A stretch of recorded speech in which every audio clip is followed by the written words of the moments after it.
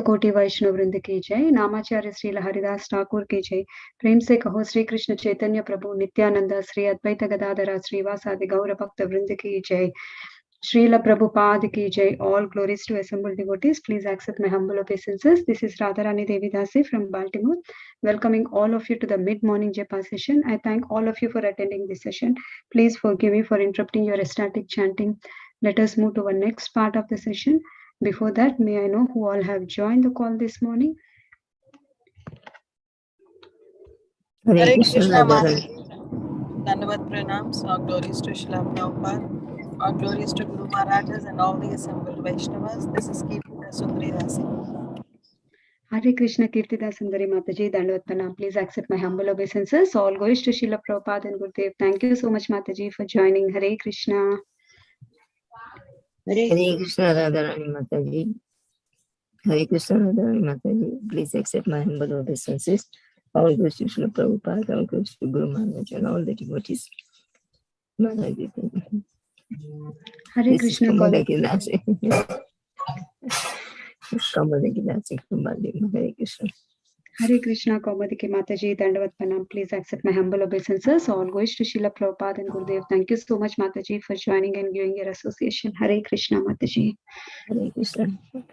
Hare Krishna Radharani Mataji, Dandavat Pranam, Srila Prabhupada ki jai, Guru Maharaj ki jai. Iti Dasi from Charlotte. Hare Krishna. Hare Krishna, Priti Mataji, Dandavat Pranam. Please accept my humble obeisances. All goes to Srila Prabhupada and Gurudev. Thank you so much, Mataji, for joining and giving your sweet association. Hare Krishna. Hare Krishna.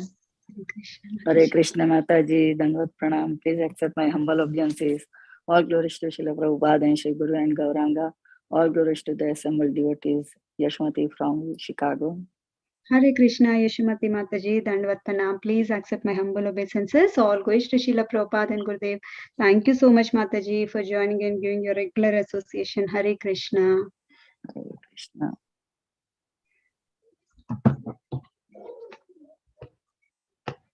Are there any other devotees who would like to introduce themselves? Hare Krishna Mataji, Dandavat Pranam. All glories to Srila Prabhupada. This is Vinita Gandharvika Devidasi. Hare Krishna, Vinita Gandhavika Mataji, Dandavat Pranam. Please accept my humble obeisances. All goes to Srila Prabhupada and Gurudev. Thank you so much, Mataji, for joining. Hare Krishna.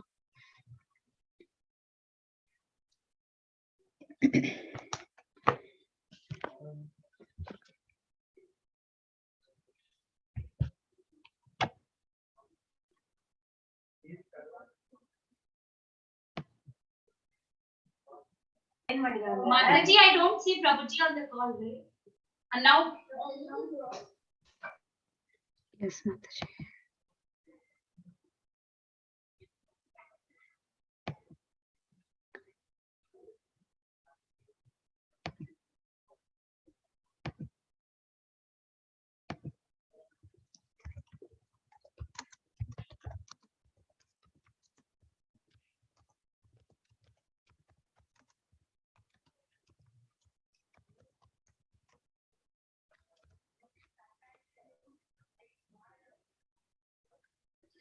So I request devotees, if any other devotees would like to introduce themselves, you can please go ahead.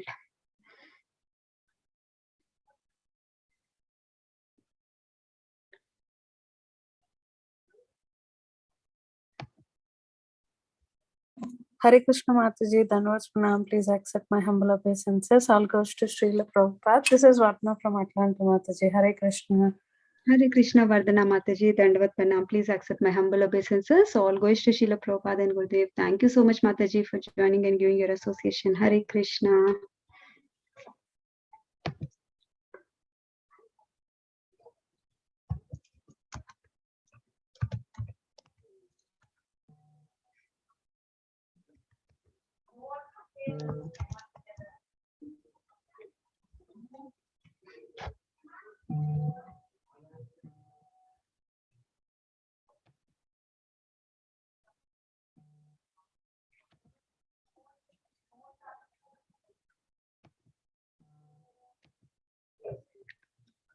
Okay, we'll wait for Prabhuji to join.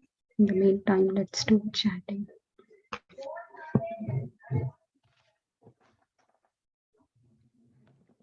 Krishna, Krishna. Krishna Krishna Hare Hare Hare Rama Rama Rama Hare Hare Hare Krishna Krishna Krishna Hare Hare Hare Rama Rama Hare Hare Hare Krishna Krishna Krishna Hare Hare Hare Rama Rama Hare Hare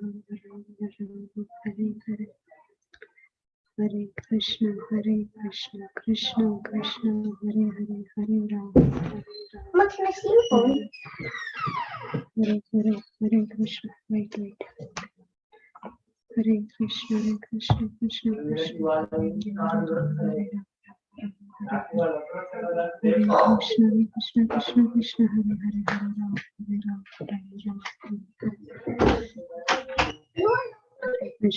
Krishna Krishna Hare Hare Hare Ram Hare Hare Krishna Krishna Hare Hare Ram Hare Hare Hare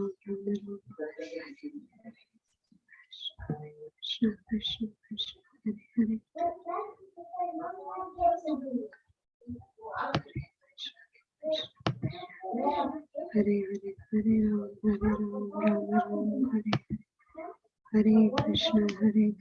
Hare Krishna Krishna Hare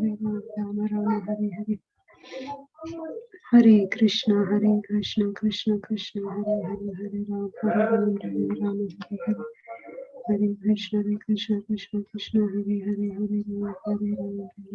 Hare Hare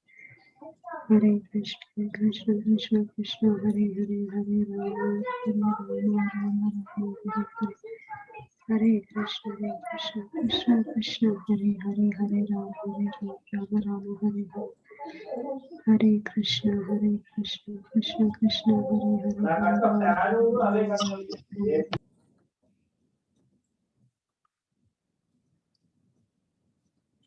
Radharani Mataji, Prabhuji will be joining and in 2 minutes. And I have sent you his introduction on your WhatsApp. Okay, Mataji.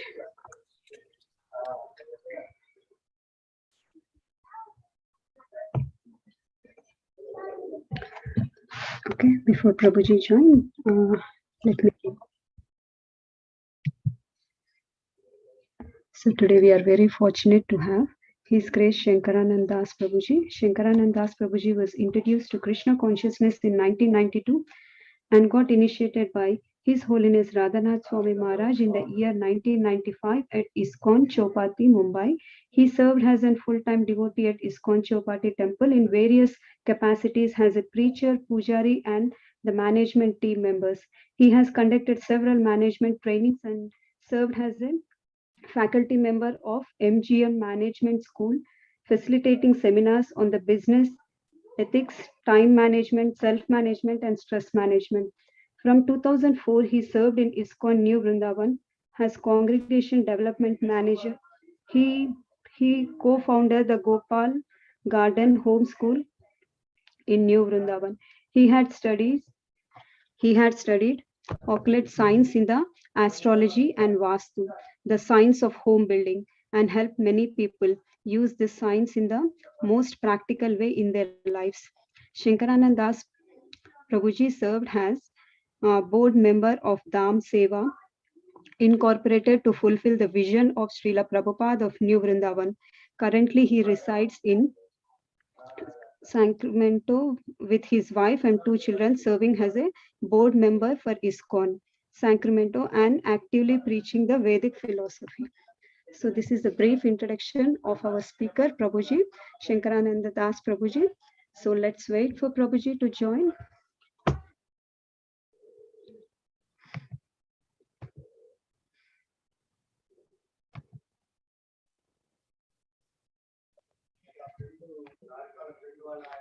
Hare Krishna, Krishna.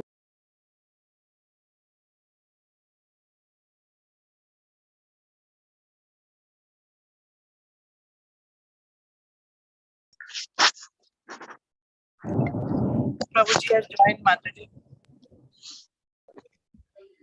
Hare Krishna, Prabhuji, Dandvat Pranam. Please accept. I welcome once again everyone for the Bhakti Sangha Japa conference call. Today we are very fortunate to have His Grace Shankarananda Das Prabhuji to enlighten on the topic Caitanya teachings, chapter 15. So Hare Krishna, Prabhuji, Dandvat Pranam. Please accept our humble obeisances. All goes to Srila Prabhupada and Gurudev. Thank you so much, Prabhuji, for giving a very valuable time and association and enlightening on this special topic. So I would like to hand over the call to you, Prabhuji. Please take over the call.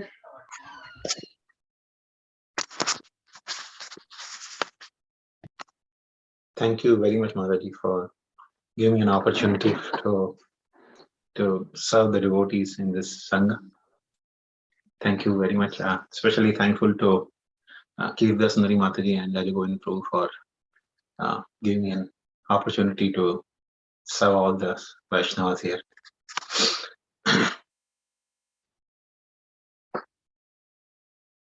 Om Jnanatimirandasya Dhananjana Chalakaya Chakshurun Militam Yena Tasmai Shri Gurave Namaha.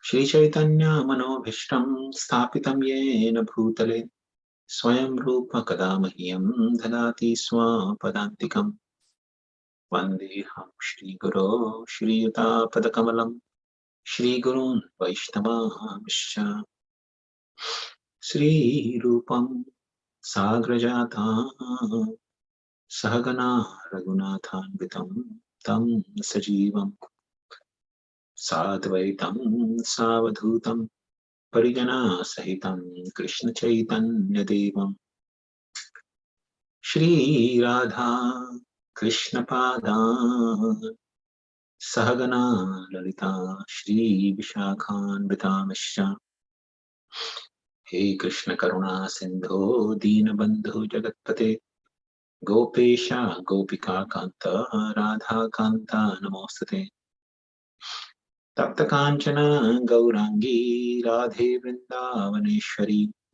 Vrishabhanu Sate Devi Pranamami Hari Priye Vancha Kalpataruhyascha Kripa Sindhubhya Evacham Patitanam Pavanebhyo Vaishnavebhyo Namo Namah Shri Krishna Chaitanya Prabhu Nityananda Shri Advaita Gadadhar Shri Vasadi Gaura Bhakta Vrinda Hare Krishna Krishna Krishna Hare Hare Hare Rama Rama Rama Hare Hare Hare Krishna. So first of all, thank you very much for all the devotees joining on this morning. Wish you all a very happy Thanksgiving. From Vaishnava perspective, it may not be a significant event, but the devotees or practicing devotees, they always try to take out an opportunity to express their gratitude. So I'm very thankful to all of you on this Thanksgiving Day, giving me an opportunity to serve all of you.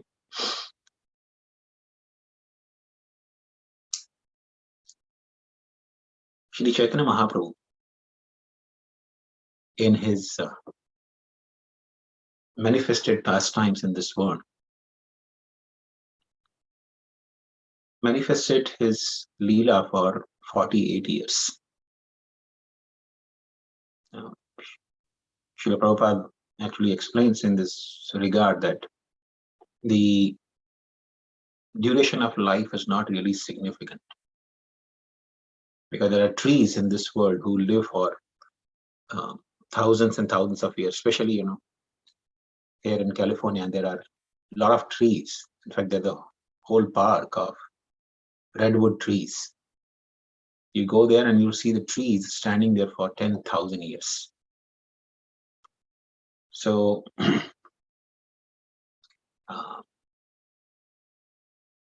the significance is not in the lifespan. The Vaishnava Acharyas like Shankaracharya or Lord Chaitanya, they manifested their presence in this world only for a very short duration. But yet, the amount of impact they left on the human civilization, even hundreds of years later, till this day, people have, remembrance of them and also try to take inspiration from their teachings. So Lord Chaitanya manifested his pastimes only for 48 years. And Lord Chaitanya never wrote any books. He only wrote or composed 8 prayers, which is known as Shikshashtakam prayer.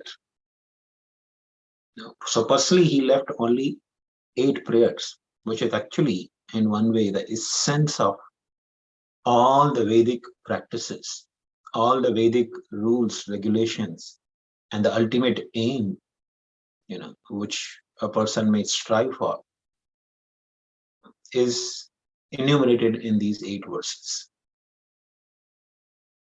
Now, beginning from the sadhana, Cheto Darpana Marjanam, attaining up to the highest perfection of life, the possible highest perfection in a spiritual realm, which is concluded in the verse Asrishava Padaratam Pinashtama.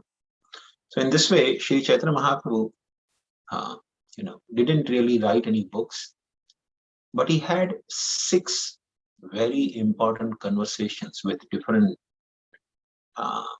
persons, which actually constitutes all the teachings of Sri Chaitanya Mahaprabhu. In total 6 prime conversations by Lord Chaitanya. So, in his conversation with the Sarvabhauma Bhattacharya and the Kashi Mayavadis, the impersonalists of the Kashi, Lord Chaitanya established the superiority of devotional service over the process of karma and jnana. The impersonalists, who are very much fond of the process of jnana, was thoroughly defeated by Lord Chaitanya in his conversation with Prakashanand Saraswati and the sannyasis of Kashi, and also in his conversations with Sarvabhauma Bhattacharya.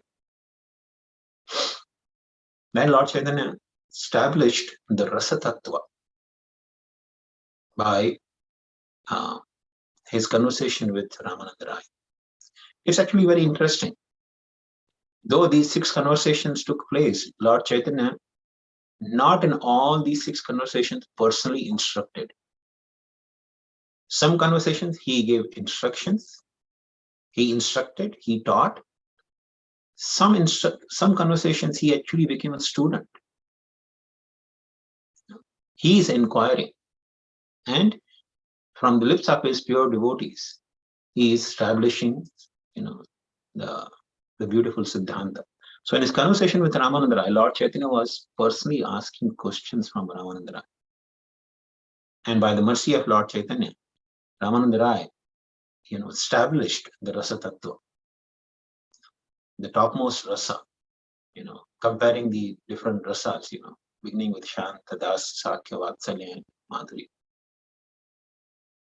Similarly, Lord Chaitanya, in his conversations with Haridas Thakur, was asking questions from Haridas Thakur.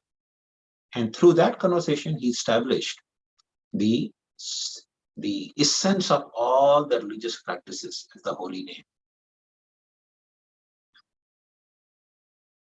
And this has been enumerated very beautifully in Chaitanya Chaitamrita, but elaborated by Srila Bhaktivinoda Thakur in his book Harinam Chintamani, the conversation between Lord Chaitanya and Haridas Thakur. And finally, Lord Chaitanya gave instructions to Rupa Goswami and Sanatana Goswami. So Rupa Goswami, he instructed for 10 days at the Dashashwamedha Ghat.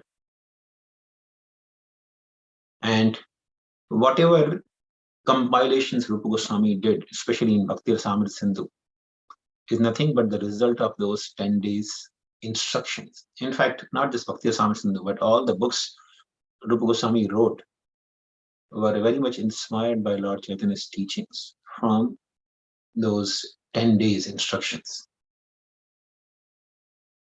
And to Sanatana Goswami, Lord Chaitanya instructed for 3 months. when Lord Chaitanya was staying in the house of Tapan Mishra in Varanasi. That time he instructed Sanatana Goswami for 3 months. So, in this chapter, 15th chapter that we are specially having discussion today, is the part of those teachings by Lord Chaitanya to Sanatana Goswami. And this particular chapter is one of the most important and very significant chapter, because this chapter is nothing but the extract from the Chaitanya Charitamrita, the Adi, Madhya Leela, 24th chapter, where Lord Chaitanya instructed Sanatana Goswami.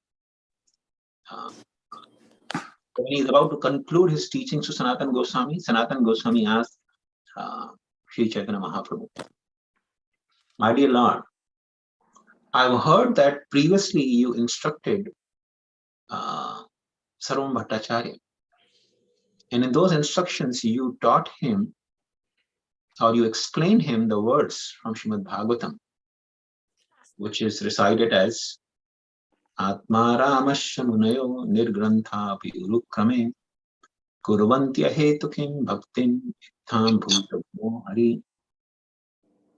So I've heard that you explained this verse to Sarvam Bhattacharya in 18 different ways. I want to hear those explanations. It's actually very interesting. When Lord Chaitanya, after taking sannyas, he came to Jagannath Puri, and when he felt unconscious in the temple of Lord Jagannath, out of immense love and ecstasy, seeing Lord Jagannath, Sarvam Bhattacharya, who was actually the guru and the priest for King Prataprudra Maharaj, the king of Orissa, he was also there in the temple. So the guards, seeing the behavior of Lord Chaitanya, who in great ecstasy was running towards Jagannath to embrace him.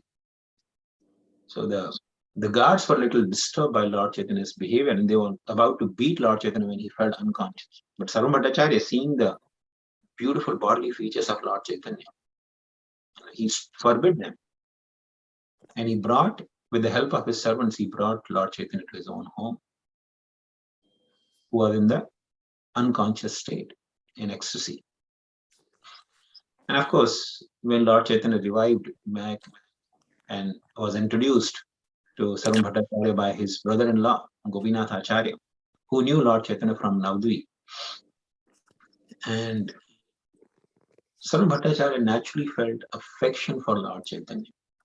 And he instructed Lord Chaitanya, thinking that he's just an ordinary sannyasi, young boy. At the age of 24, Lord Chaitanya had taken sannyas. So he was 24 years when he came to, Jagannath Puri. So Sarvam Bhattacharya was feeling tremendous affection, seeing his beautiful bodily features. He thought, this young boy has taken sannyas. He has such beautiful body, and the senses are so strong at this age. How will he maintain his sannyas if he does not hear from Vedanta? So, thinking like this, he instructed Lord Chaitanya for 7 days, explaining him Vedanta Sutra. And Lord Chaitanya silently heard it, did not ask any question, but silently heard it. At the conclusion of 7 days, Sarvam Bhattacharya actually had, questioned Lord Chaitanya that, "My dear sir, are you able to understand whatever I'm speaking?" Lord Chaitanya said, "Frankly speaking, I don't understand anything that you're speaking." And Sarvam Bhattacharya was little amazed and surprised. He said, "Well, I understand you don't understand anything, but if a person doesn't understand, then he should ask question. You're not even asking question. What is in your mind? Can you please express it?" And that's when Lord Chaitanya started instructing Sarvam Bhattacharya. He said, "I'm able to understand the verses from Vedanta Sutra that you are talking about, but your explanations are like a dark cloud which is covering the brilliant sun. The verses of Vedanta Sutra are like the brilliant sun. They don't need any lamp to be shown. They are bright and brilliant, effulgent. The meaning is self-explanatory, but your meanings, your explanations are like a dark cloud covering those meanings. And Sarvabhattacharya was shocked because he was such an erudite scholar. No one, in fact, even sannyasis, they used to come and learn from Sarvabhattacharya. He was such a learned scholar. He had many sannyasis coming and learning from him. They were his disciples. It was very unusual in Vedic custom, Vedic culture, a sannyasi accepting a grahastha. Sarvabhattacharya was a grahastha. He had a daughter also. So he was living with his wife and his daughter in the family, but sannyasis would come and learn from him. He was so learned. It was very unusual in Vedic culture. A sannyasi would only take teachings from a sannyasi. So Sarvabhattacharya never heard anyone saying something like that to him. Lord Chaitanya said, no. So then Sarvabhattacharya had a beautiful conversation. That's one of the teachings of Lord Chaitanya. I'm sure you must have covered that already. But at the end, Lord Chaitanya bestowed his mercy, completely refuting the impersonalist teachings of Sripad Shankaracharya, refuting all the explanations given by Sarvabhattacharya. Sarvabhattacharya was very much amazed. And then Sarvabhattacharya actually took this verse from Srimad Bhagavatam, this Atmaram verse, and by his erudite scholarship, he explained this verse to Lord Chaitanya in 9 different ways. And Lord Chaitanya appreciated it. He said, only Brihaspati can explain, give such explanations. Nobody else can actually give such explanations. And Sarvabhattacharya is indeed the incarnation of Brihaspati. So then Lord Chaitanya started explaining the same verse to Sarvabhattacharya. Without touching the 9 explanations given by Sarvabhattacharya, Lord Chaitanya explained that verse in 18 different ways to Sarvabhattacharya. And Sarvabhattacharya, when he heard those explanations, which did not include his 9 explanations, was wonderstruck. He could understand that this kind of explanation is not possible humanly. No human being can give such explanation. So he fell at the feet of Lord Chaitanya. And Lord Chaitanya, of course, revealed his form to him, now as the Supreme Lord. So Sanatana Goswami referred to that conversation. He said, my dear Lord, I've heard that you explained this words to Sarvam Bhattacharya in 18 different ways. I want to hear that explanation. And Lord Chaitanya, in natural humility, he told Sanatana Goswami, he said, I am a madman. And Sarvam Bhattacharya is another madman. So I don't really remember what I spoke to him. He takes me very seriously, but I don't really remember what I spoke. Lord Chaitanya he gave 18 explanations of Atmanam verse in a very casual way. So, but he said, I don't know who will take me very seriously, but because of your association, since you're asking, because of your association, something may come in my mind and I will speak that. And Lord Chaitanya started explaining this verse. So, first, let's try to read the translation of this verse from Srimad Bhagavatam or Chaitanya Charitamrita actually.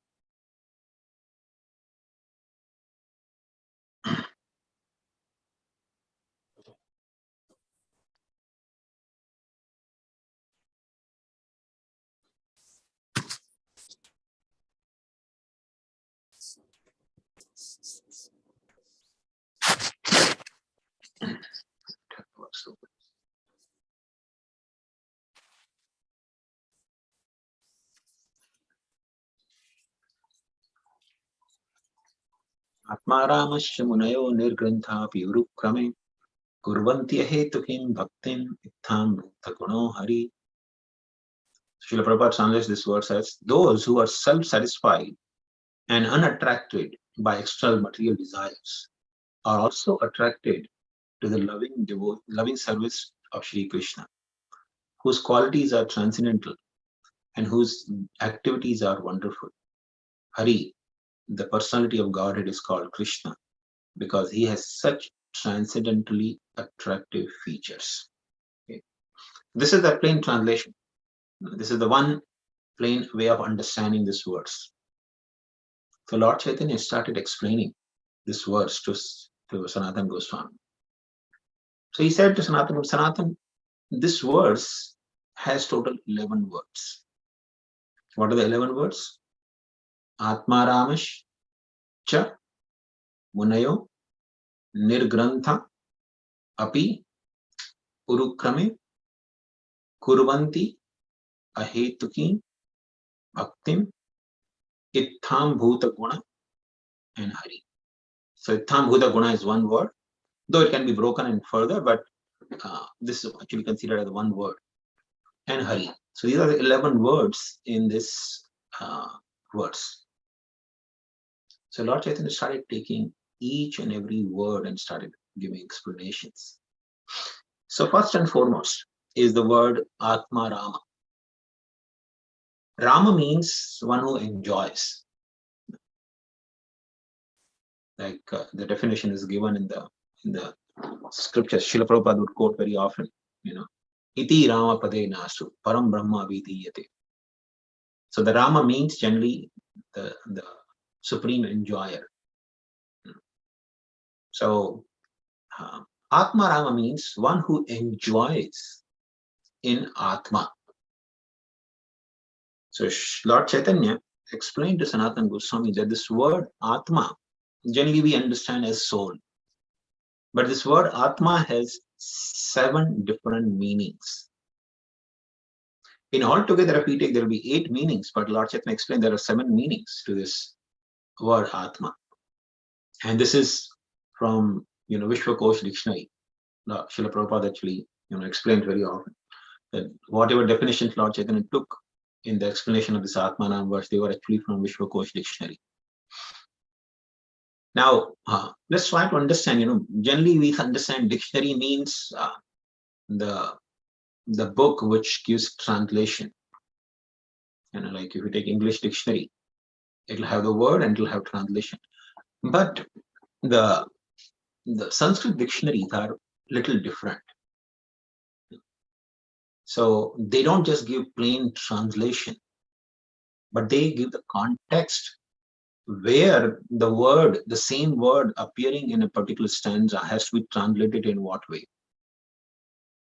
So there are 7 meanings. The word Atma has 7 meanings. Lord Chaitanya explained. First of all, the body is also called Atma. Mind is also called Atma. Then the absolute truth is also called Atma. That is, absolute truth again has 2 understandings. One is the individual living entity and the supreme soul. They both are called absolute truth. So the absolute truth, that is the 3rd meaning. Natural characteristics of something or someone is also called Atma. And then the firmness, a person who is very firm, like being determined in one way. That is also called word Atma. Atma also explained that. And intelligence is also referred by the word Atma in Sanskrit. And last but not the least is endeavor. A person endeavoring, the word endeavor is also expressed through the word Atma. So these are the 7 different meanings according to Vishwakosh Dictionary.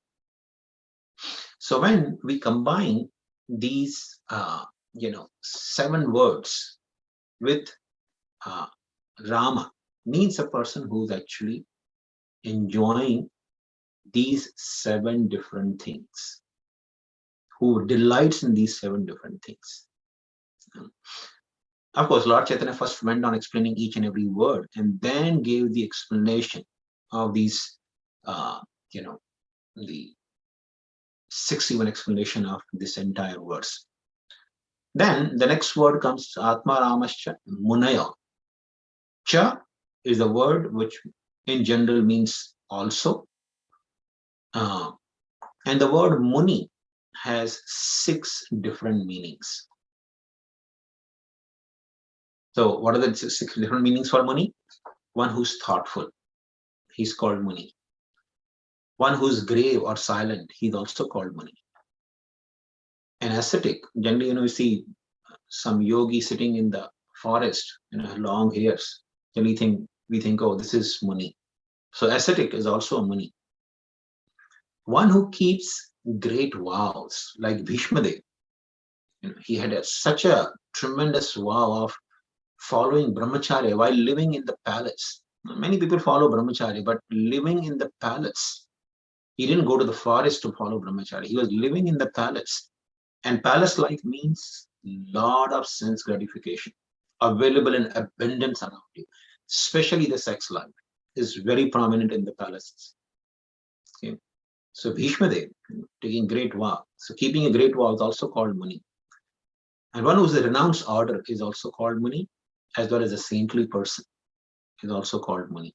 So these are the 6 different meanings Lord Chaitanya explained of Muni. Atma Ramascha Munayo Nirgrantha. The word comes Nirgrantha. Now the word Grantha in Sanskrit has several meanings. One of the common meanings is, in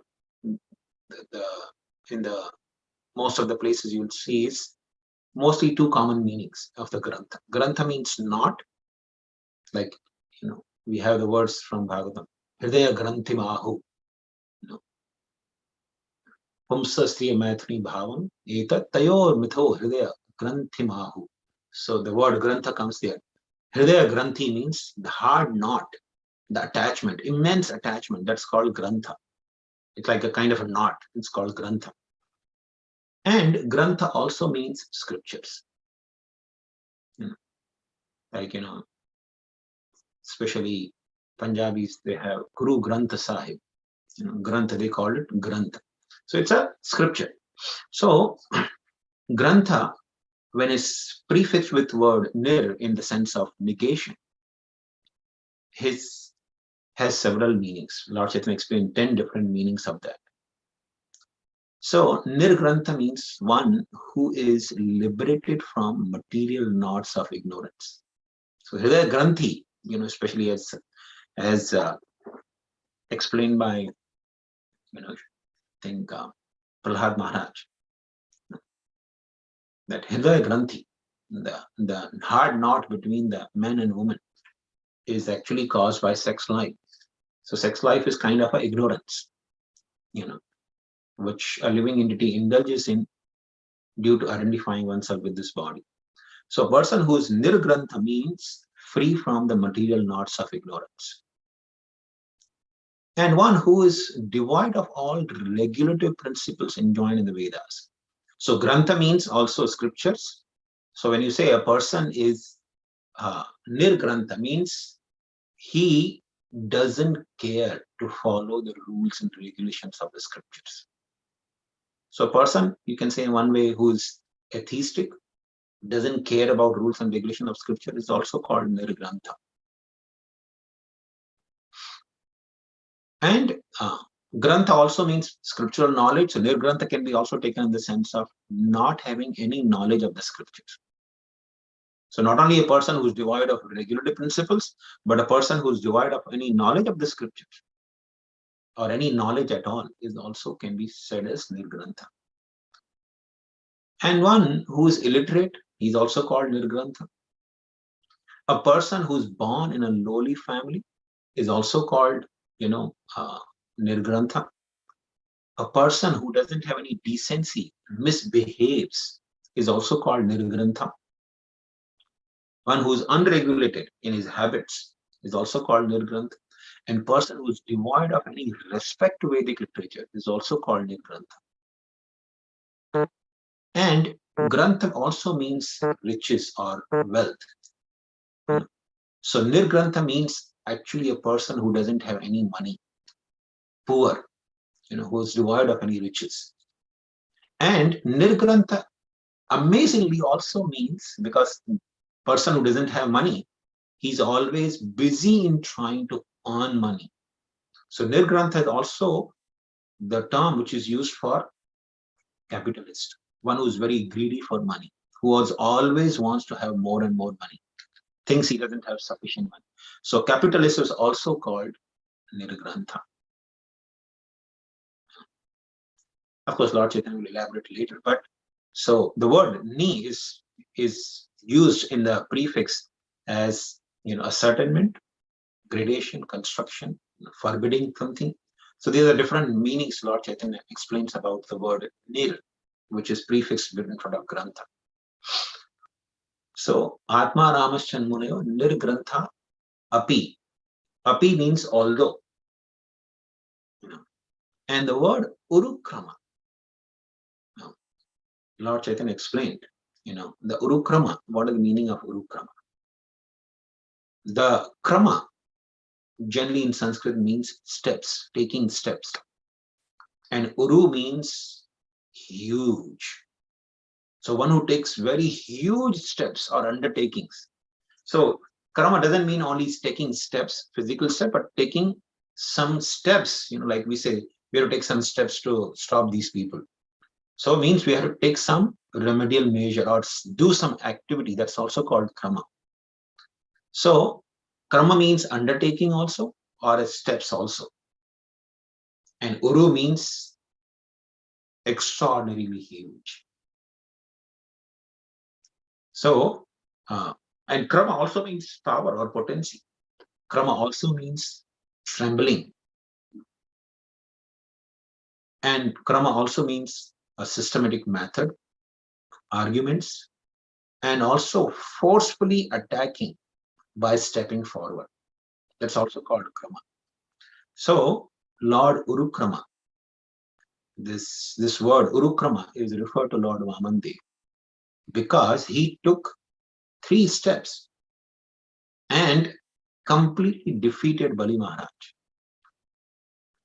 Took away everything from him in just by taking 3 steps. So, Lord Chaitanya explained this word Urukrama specifically is very much applicable to Lord Vamandev, who simply taking 3 steps. In 2 steps alone, he measured the entire universe. In the first step, he covered all the lower regions up to the Bhumandala. And in the next step, he actually covered all the upper 7 planetary systems. In this way, he completely measured the entire universe in just 2 steps. So that is the meaning of Urukrama. Kurvanti ahetu kim bhakti. So word kurvanti means to do something for others. It is specifically used in the connection of devotional service. Kurvanti ahetuki. Word hetu means a cause or some motive behind doing something.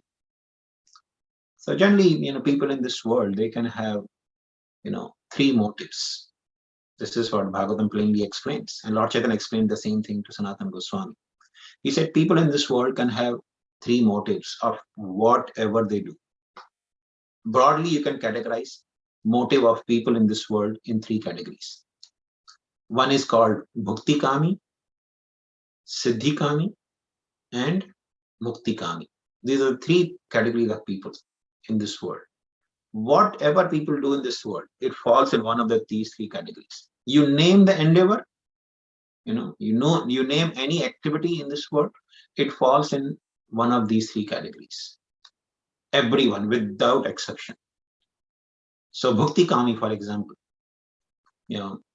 the people in this world are very much running after sense gratification. Sense enjoyment is the first and foremost goal of everyone's life. So just,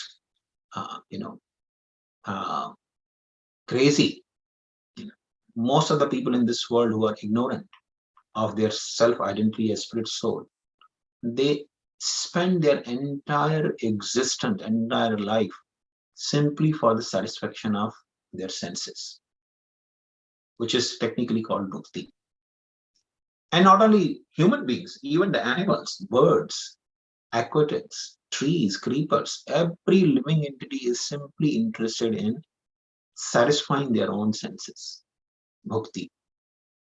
So most of the population in this creation falls in the category of Bhuktikami, people who are very much desirous of sense enjoyment. Then there are little portion of people in this world who actually look into attaining some higher perfection in life. Like, of course, we understand that all the purpose of all the inventions that we have nowadays is again ultimately bhakti only, sense enjoyment only.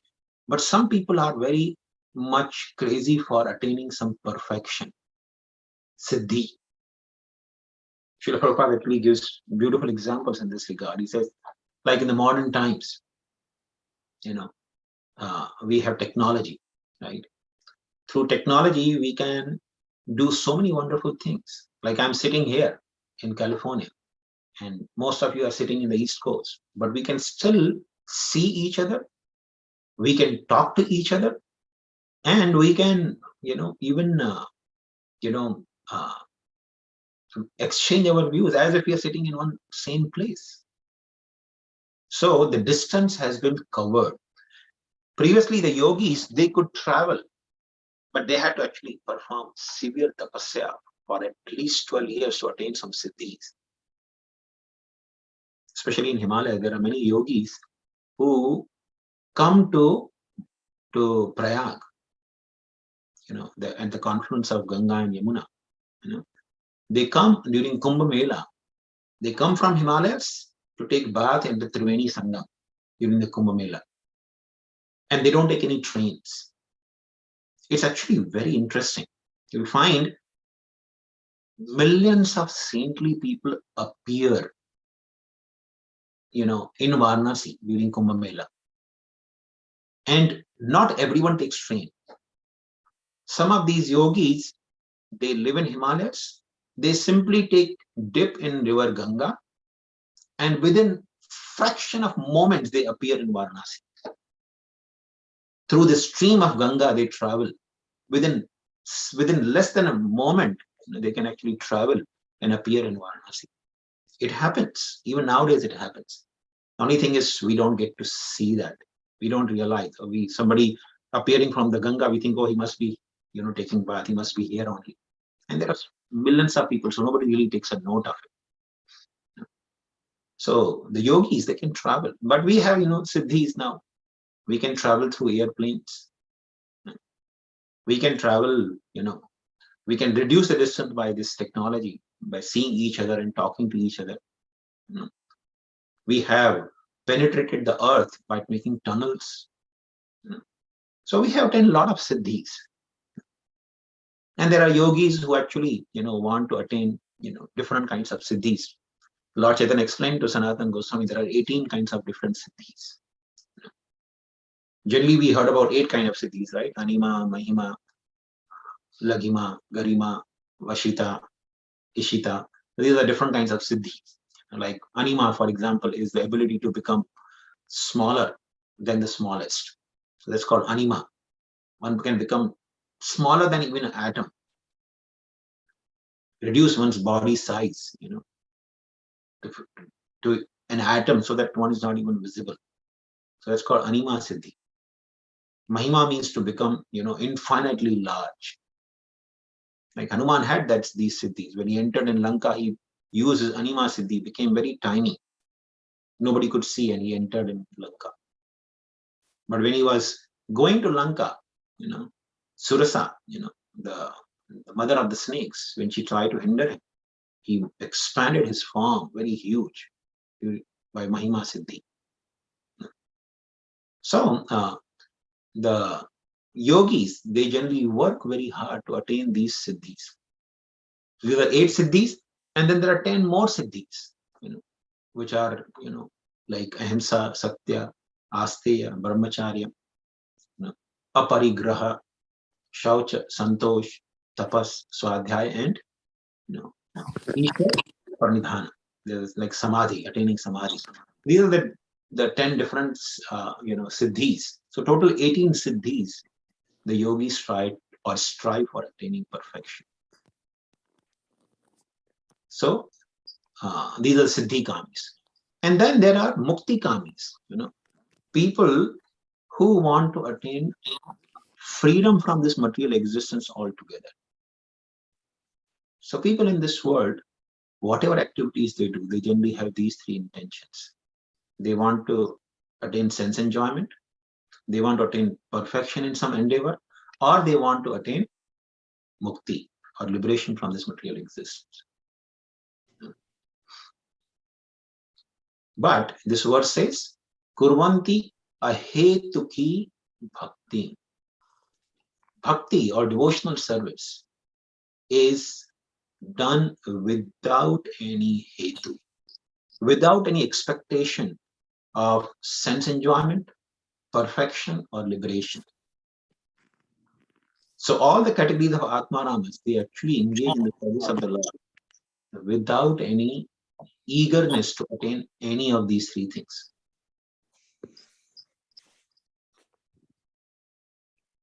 And that is the one thing, that is just one aspect of devotional service, is ahetuki and apratihata, brings Krishna under control. Goswami explains in this regard, in Bhakti Samit Sindhu, bhakti, which is ahetuki, without any hetu of sense enjoyment, bhakti, mukti, or siddhi, and apratihata, which is never hampered under any conditions, never stopped under any condition.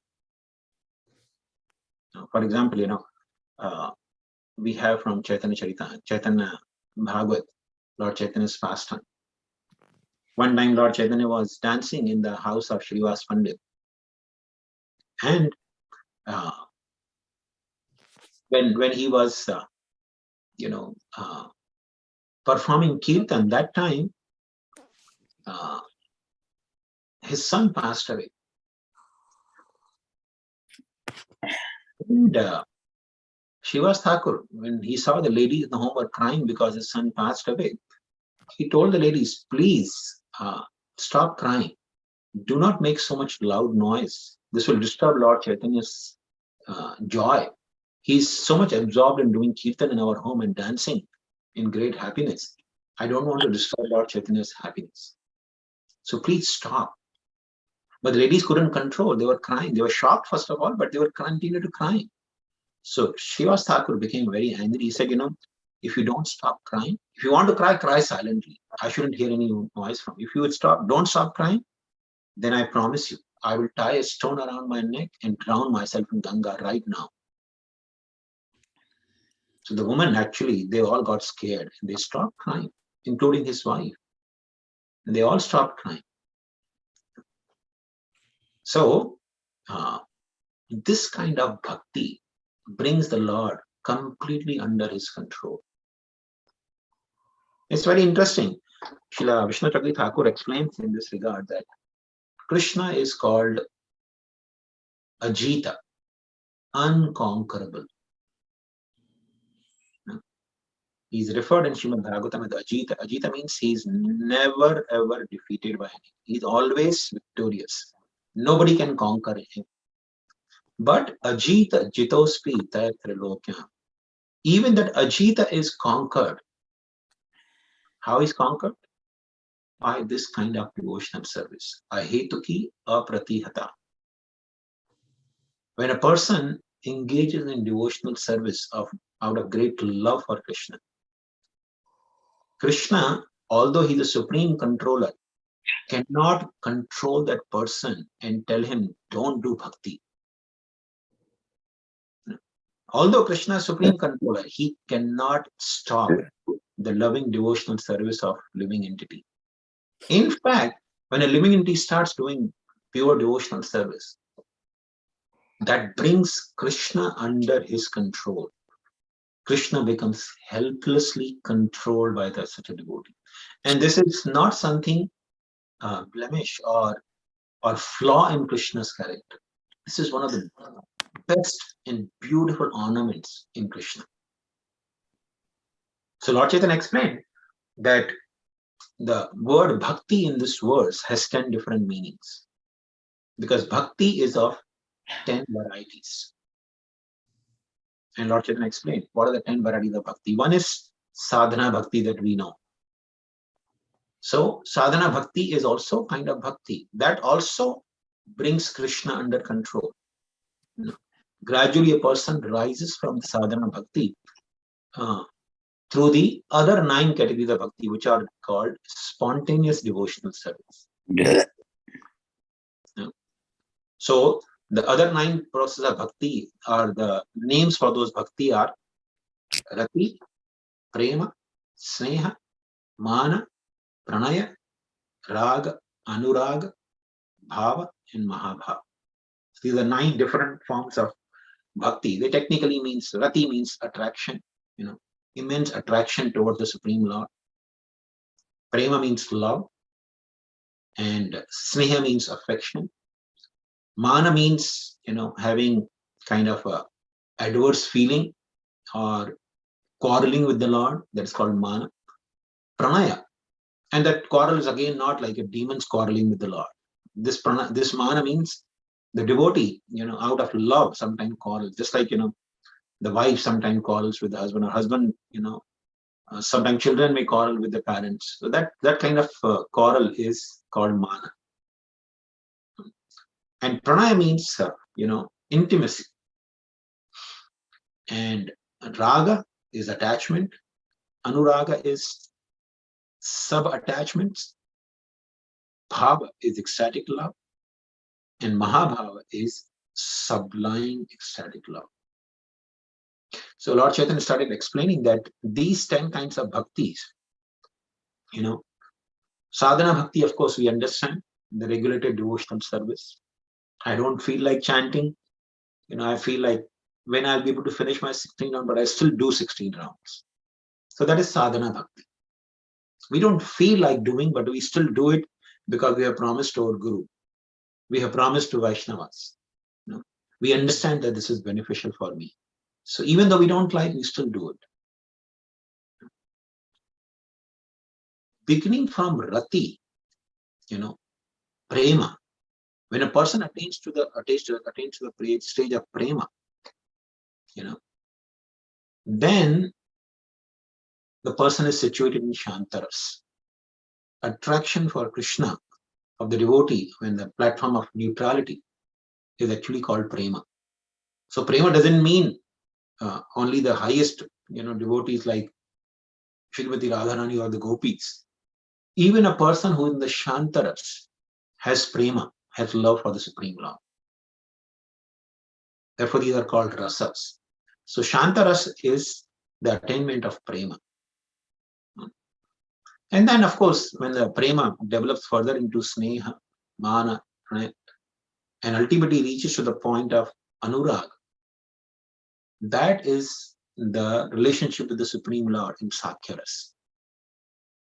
So when a devotee develops anurag for the Supreme Lord, he becomes situated in Sakhyaras. Sakhyaras means a friendly relationship with Krishna, especially the cowherd boys in Vrindavan. They are, they have reached to the stage of anuraga. And when that anuraga is perfected, when the raga is perfect, that becomes dasaras. When anuraga is reached, a person attains sakhya. But when the anuraga's end, ultimate end of anuraga is attained, that is the love of Mother Yashoda and Nanda Maharaj and all the elderly gopis in Vrindavan. And the elderly gopis. And bhava and mahabhava is the love of the Supreme Lord, the bhakti that is performed by the young girls of Vrajbhumi. The gopis, the young gopis of Vrindavan, who are attracted towards Krishna in conjugal rasa, in Madhurya Prem, that is exhibited by the gopis, bhava and mahabhava. Of course, mahabhava is ultimately found in perfection in Srimati Radharani. So, kurvanti ahetukim bhakti. Itham bhuta.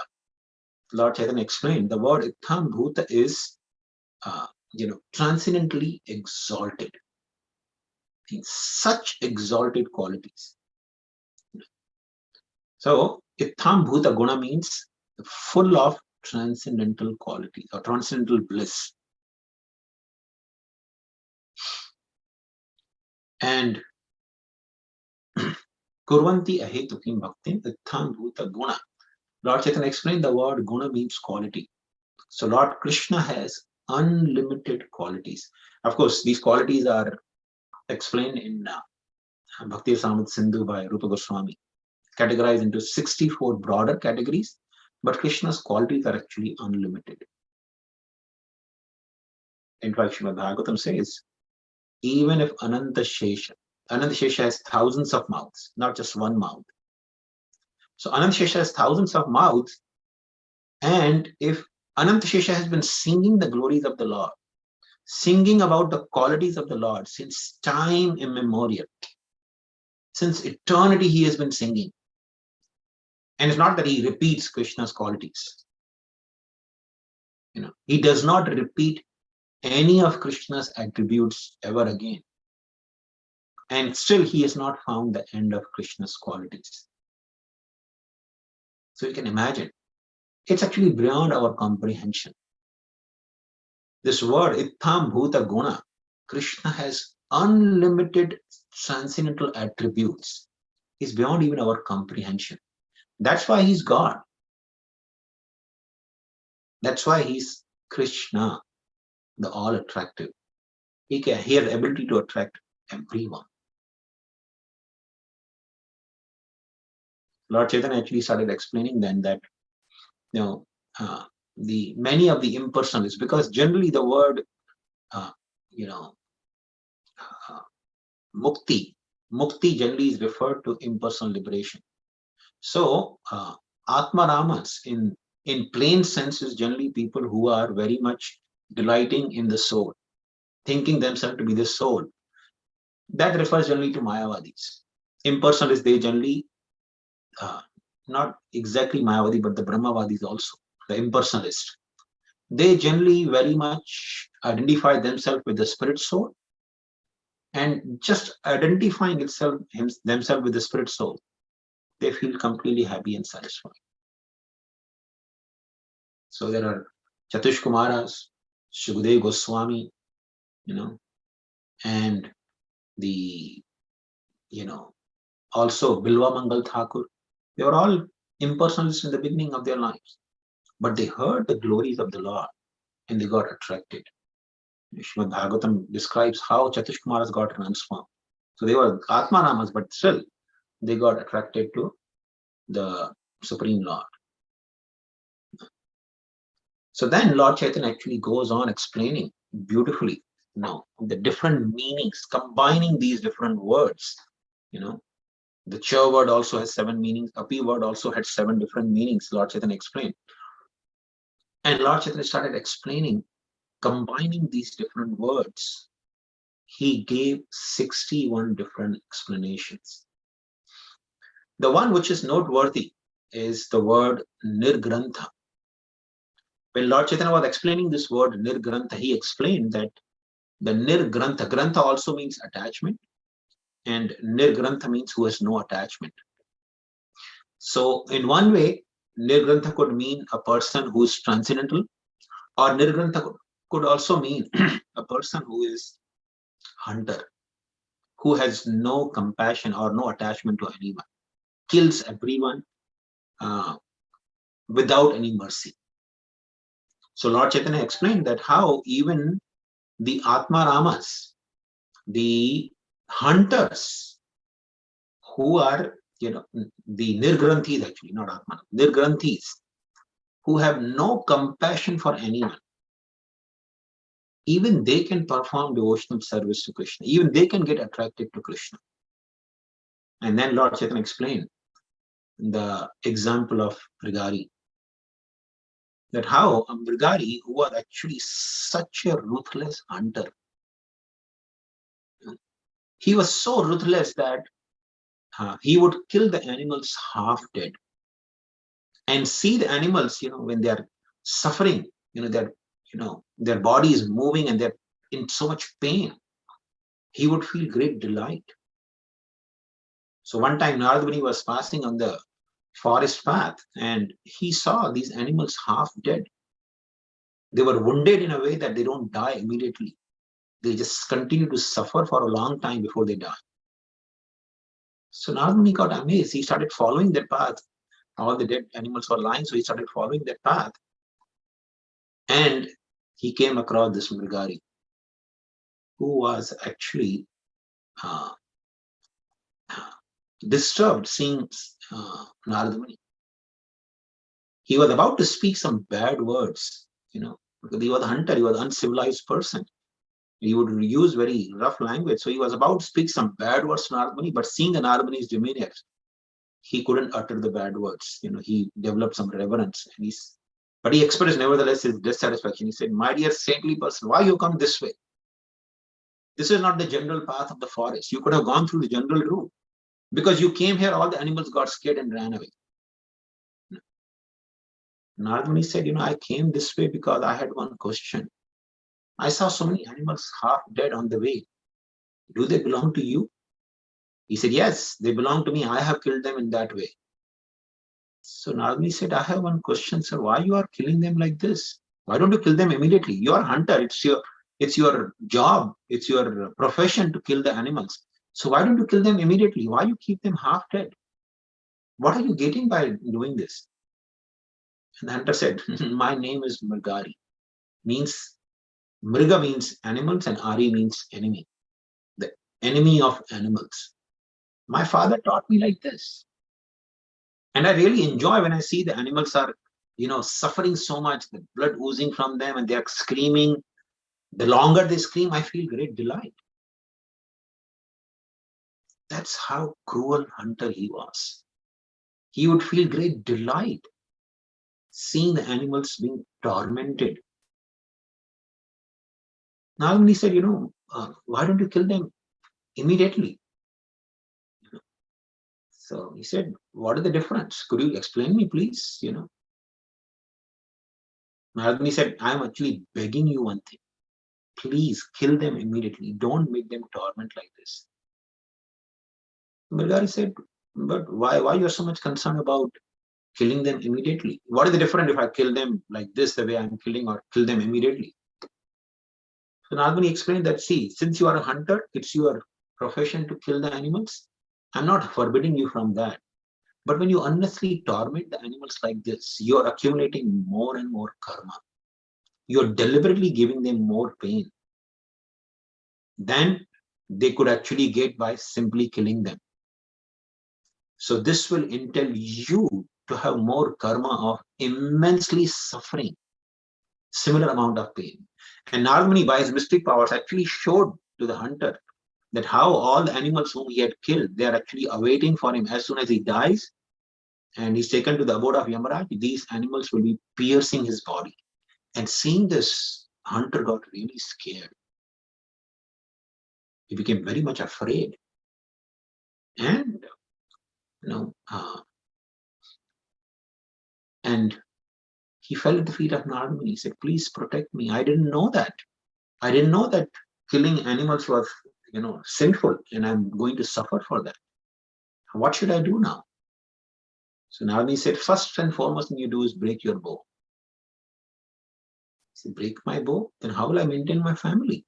That's a source of my sustenance. How will I maintain my wife?" And Narad Muni said, "Don't worry. I will send you sufficient food.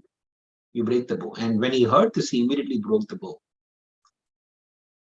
So Narad Muni taught him. He said, "You simply sit down here and chant Hare Krishna Mahamantra, and I will send you the sufficient food for maintaining your family."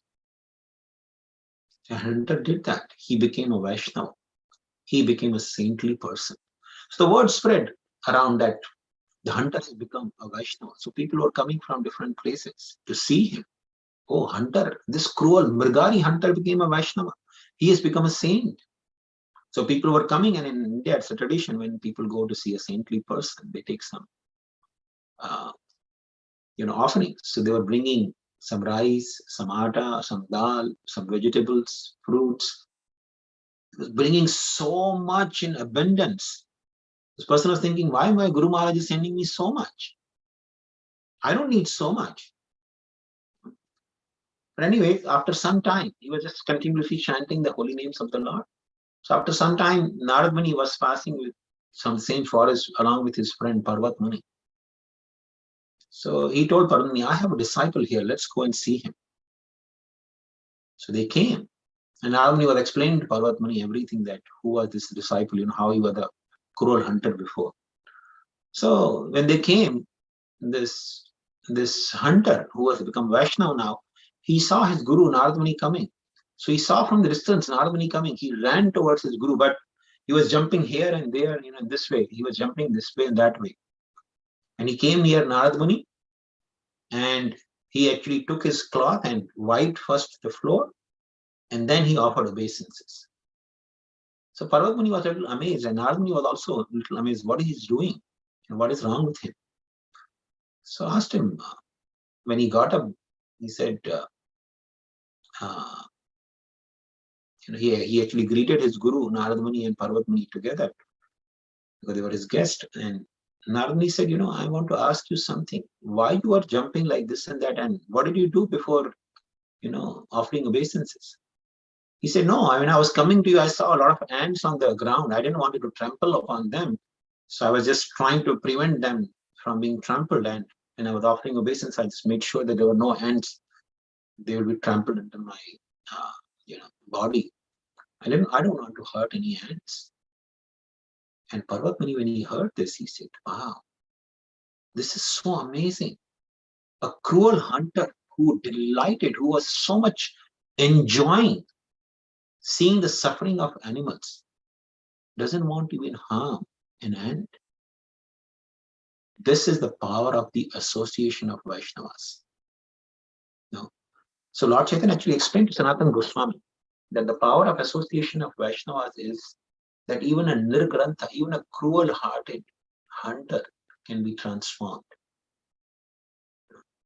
So in this way, Lord Chaitanya went on explaining the 61 different explanations of the Atmaram words.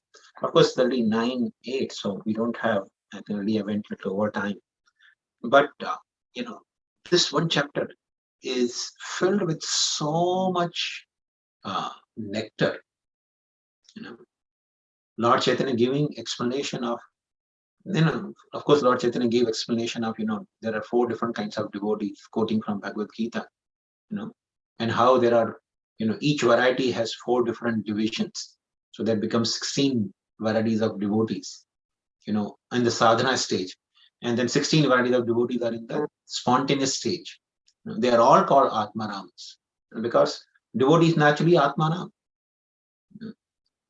So devotees, yogis, karmis, they all are called Atmanams. Then Lord Chaitanya took the meaning of word Atma as endeavor, Atma as, intelligence, intellectuals, people who are very much intellectual, delight doing intellectual work. Even they get attracted to Lord Krishna to do devotional service. Ahetuki bhakti into Krishna. So all these different kinds of Atma Ramas, Lord Chaitanya explained, and Nirgranthas, so different munis, Atma Ramas Munayo, Nirgrantha. So all the different categories of Atma Ramas, different munis, different Nirgranthas, when they were combined, different meanings, it brought total 61. In fact, Lord Chaitanya could have explained unlimited varieties of this one particular words, but he stopped at 61 explanations. But the sum and substance of this verse is, anyone who simply hears about Krishna will naturally be attracted to Krishna, to perform unmotivated, uninterrupted devotional service, loving devotional service into Krishna. All one has to do is simply hear about Krishna. The more we hear about Krishna, the more we become inclined to actually perform devotional service to Krishna. And this one chapter, 61 explanations of Atmaram verse, is nothing but, if somebody hears or reads it attentively, will only increase one's attachment to Krishna. So that's the purpose of our very existence. That's why we are practicing devotional service. In fact, I have read, again and again. Every time I read this chapter, it's actually very much enlivening, very much delighting. So never feel tired of reading this one particular chapter from Chaitanya Charitamrita. So thank you very much, the devotees, especially Kirta Sundari Mataji, for reaching me out and giving me this service. I'm very much grateful. Because of you, I could read again this chapter and present for the pleasure of all the Vaishnavas. So we'll stop here. If anyone has any questions, you may ask. Hare Krishna, Prabhuji, Dandavat Pranams. All glories to Prabhupada, all glories to you, Prabhu. What a fantastic class, I should say. Yes, we have gone through in our regular sessions of Chaitanya Charitamrita this Atma Rama verse and 61 explanations. But the way you condensed it and presented it was mind-blowing, Prabhu. Very peacefully, you took us to the journey of Sarvabhauma Bhattacharya, how he instructed Mahaprabhu, and then Mahaprabhu's response that he couldn't understand, and the way he narrated, and then finally about this verse, and each and every word with different meanings. Very nicely, Prabhu. It was a brilliant class, I should say, and it was a condensed version of that entire chapter. So awesome, Prabhu. Very nice, Prabhu, and really happy to have you today on this forum. And it was very, very well presented. So thanks to you, grateful to you, Prabhu, for coming on the call and giving the wonderful Thank you, class. Mataji, for the opportunity. Hare Krishna. So, Mati, do we have time for question answer, or it's okay otherwise if you don't have? Take up. Radharani, go ahead.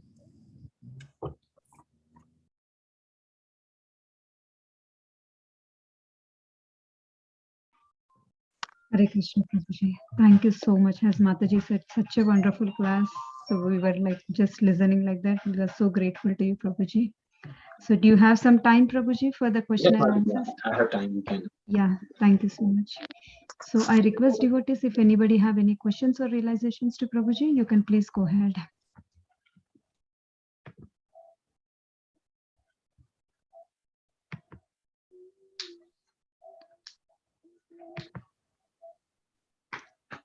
Or you can just raise your hands. I can just call out your names.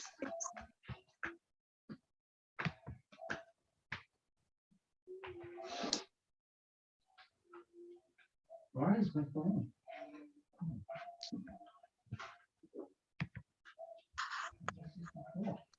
So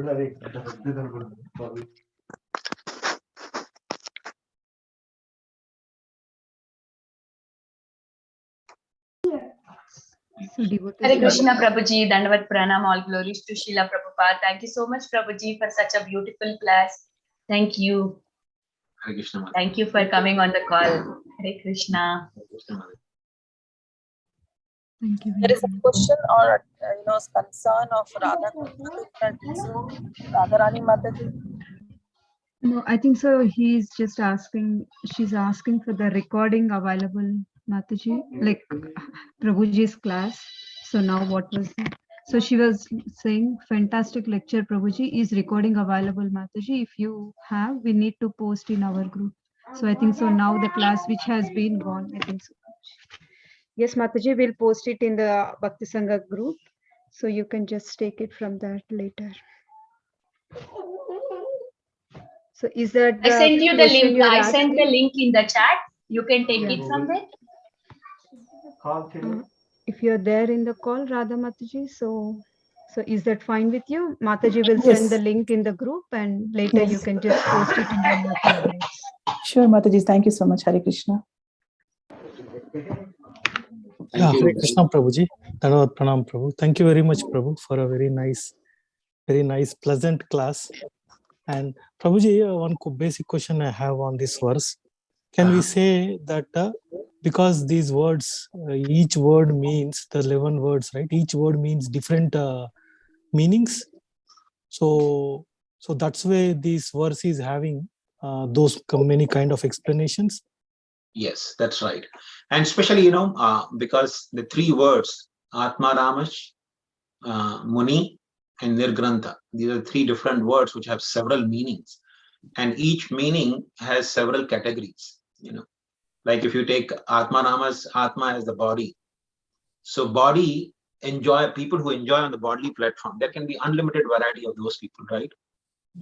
People who are interested in sex life, people who are interested in eating food, people who are interested in, simply living like a animal, So there can be unlimited varieties of people in the category of sense gratifiers who consider Atma as the body.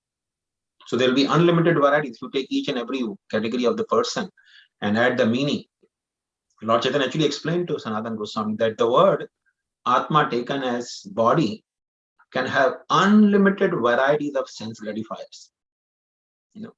But when taken word Atma as, the Atma Ramas as the, say Muktikamis. The Muktikamis are of, again, few varieties. Those who want to merge into the effulgence of the Lord, those who want to merge into the body of the Lord, and Siddhikamis again, of 18 different varieties. So each and every category, each and every word could have multiple categories. And if you take each and every category separately, there could be actually unlimited translations of this one particular verse. And Go ahead, Prabhu. So this was actually the mercy of Lord Chaitanya. He showed that because this verse especially is glorifying Krishna's attributes, Itham Bhuta Guna, Hari. Lord Krishna has such unlimited attributes that he can attract, in simple words, everyone. So this entire verse is talking about Krishna has such attributes he can attract everyone without exception. Everyone can be attracted to Krishna. Yeah, Prabhu, one question, Prabhu, to understand. But each and individual word might have different meaning. Okay, all right, Prabhu. But when we put it together, there is one meaning, right? That we can infer for, because you're saying Ahaitu Kim Bhaktim, right? So it's targeting towards devotional service. But yes. Atma Ram can mean the soul, and soul connecting to Krishna, and Nirgrantha also. Right, Urukrama is pointing towards Vamana Dev, like that, right, Prabhu? Yeah. So what was your question, Prabhu? Yeah, my question is, like, if you see the whole verse together instead of individual words, so it is all pointing towards pure bhakti. Yes, right? it's pointing towards pure bhakti. It's pointing towards that these different categories of people, they do attracted to bhakti. And bhakti again is of 10 different varieties, right? So if you take individually, say word, Atmanam, so the plain first translation would be people who are very much sense, who are absorbed in sense gratification, identifying themselves with this body.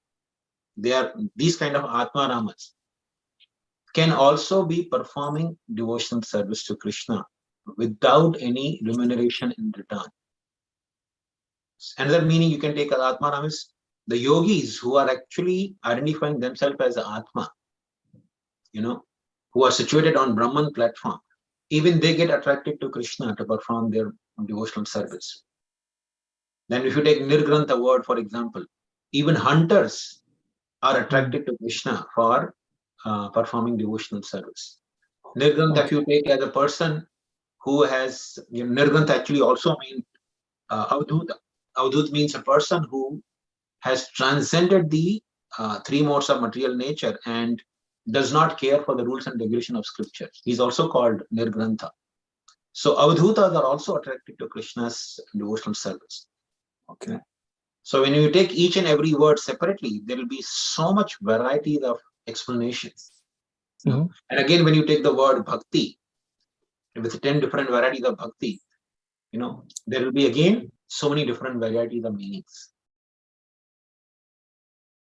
Yes, Prabhu. No, okay, Prabhu. Yeah.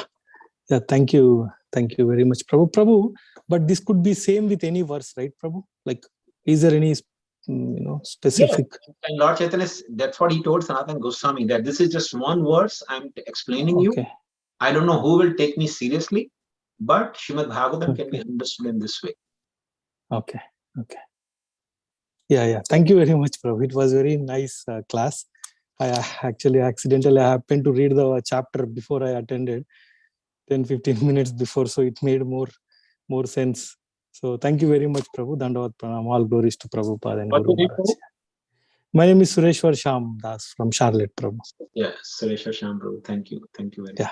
Thank you very much, Prabhu. Dandavat Pranam. Thank you, Sureshwar Sham Prabhu, for beautiful questions, and thank you, Prabhuji, for such wonderfully explaining. So we have Gaurangi Mataji raised hand. Mataji, you can please go ahead with your question. Thank you, Mataji. Hare Krishna, Prabhu. Yeah, there was just one question I had. Unfortunately, I'm not even sure which word of this Atmarama verse that I had a question about, but I think it was about the different meanings of the word Atma, if I'm not mistaken.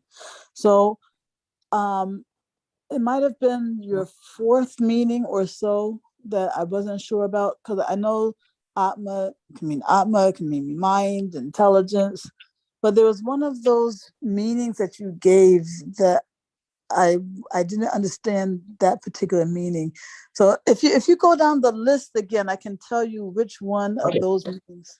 The body, mind, absolute truth, natural characteristics, calmness, intelligence, and endeavor.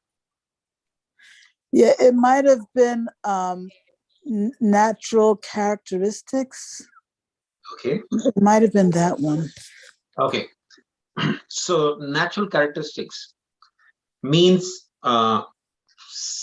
in simple words, what are the meaning of natural characteristics? Krishna explains this also in Bhagavad Gita in the 13th chapter. Amanittam, adham vittam, ahimsa, shantim, arjama, acharya upasanam, shaucham. These are different characteristics which Krishna explains as belonging to the soul. These are natural characteristics of the soul. So, for example, amanitvam. Amanitvam means I don't want any man, I don't want any respect. So this kind of feeling that I don't want any respect is natural characteristics of the soul. Soul by nature is amaniya. Amanina, manadena. The soul, it is so natural for the soul to be not expecting any respect. But it's only in the conditioned state, because of the living entity identifying itself with this body, wants to have respect for this body, which is nothing but ignorance. So natural characteristics means all these characters that Krishna explains in Bhagavad Gita, which actually belong to soul. So soul by nature is always humble, amanittam, adhamvitam, considering oneself as insignificant. So Atma, like Bhakti Thakur explained, if a person is situated in true knowledge, he knows that I'm actually an insignificant spark within this body. Suppose I'm sitting in city of Sacramento, in one of the homes. City of Sacramento is so huge. I've been living here for 7 years, but I have not gone through each and every lane and each and every road in the city of Sacramento. Okay, so I don't even know the whole city. In that city, there's just one home. In that home, in one of the rooms, I'm sitting here. And city of Sacramento is nothing but just one tiny city in California. And California is again one of the small states in United States. May not be very small, but medium-sized state. But what is the United States? Is just one of the country on these 7 continents. And again, this earth itself is a very small, insignificant dot when you take the whole universe. It won't be even visible as a dot, if you take the whole universe. And this whole universe is again just one of the smallest universe we are living in the cluster of unlimited, infinite universes. And this whole material creation is again and only 1/3 actually 1/4, Ekpad Vibhuti, 1/4 of Krishna's creation. So just imagine how insignificant we are. So a living entity who can remember this, that I'm so insignificant and tiny, naturally feels himself humble. Adham Vittam, I'm so insignificant. I'm so lowly. So this is natural characteristics of the soul. So this is what is being referring. Atmana means a person who naturally delights in his natural characteristics. Okay, and so yeah, so that's clear. Just since you brought it up, this Amanina Manadena. Amanina means not wanting respect, right? Yes. And Manadena means His eagerness to give respect to others, yes. Yeah. Okay. And you said firmness means like having that, like having a resolution, right? Like a yes, firm. Like say those who are vegan, they generally eat tofu, right? So this called extra firm tofu. That means it doesn't crumble away, it's firm. So firm in this sense, in characteristics, means the person who is having the firm determination, firm in his resolve. That person is called firm. How we call firm? The person he says, okay, I will do it. That means he's firm on his words. I will do it, no matter what happens. So that is the meaning of firmness. Okay. So again, let me see this Atma, mind, intelligence, soul, firmness, natural characteristics, that's 5. I think gravity, was gravity one? No. No. Body, mind, Body. Intelligence, absolute truth, natural characteristics, firmness, and endeavor. Oh, endeavor. Okay. Thank you so much, Prabhu. Nice. Hare Krishna.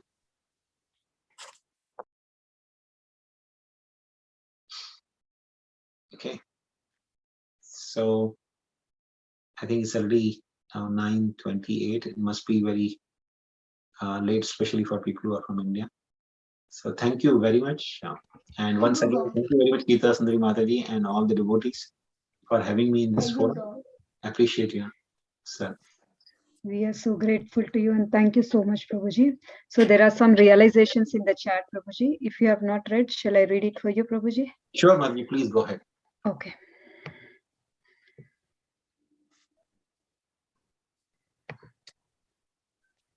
From Niharika Mataji, wonderful class. Thank you, Prabhuji.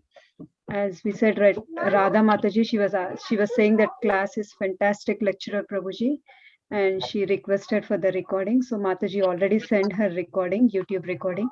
And Raj Prabhuji, Hare Krishna Prabhuji, Dandavat, thanks for the beautiful class and your time.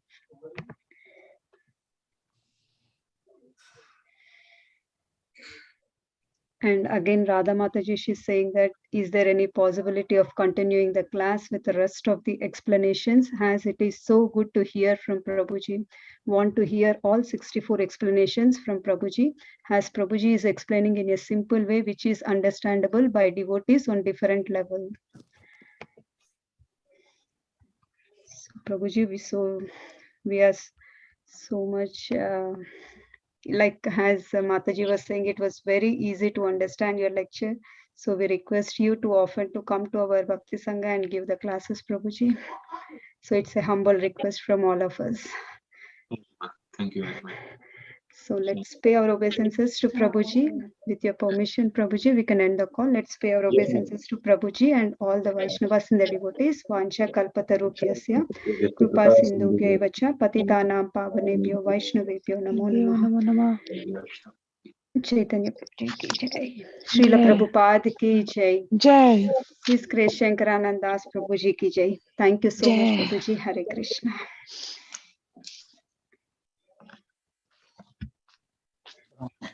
Hare Krishna, Prabhuji, Dhamma Pranam. Hare Krishna, everyone. Thank you so much for joining today's class. We'll meet again tomorrow in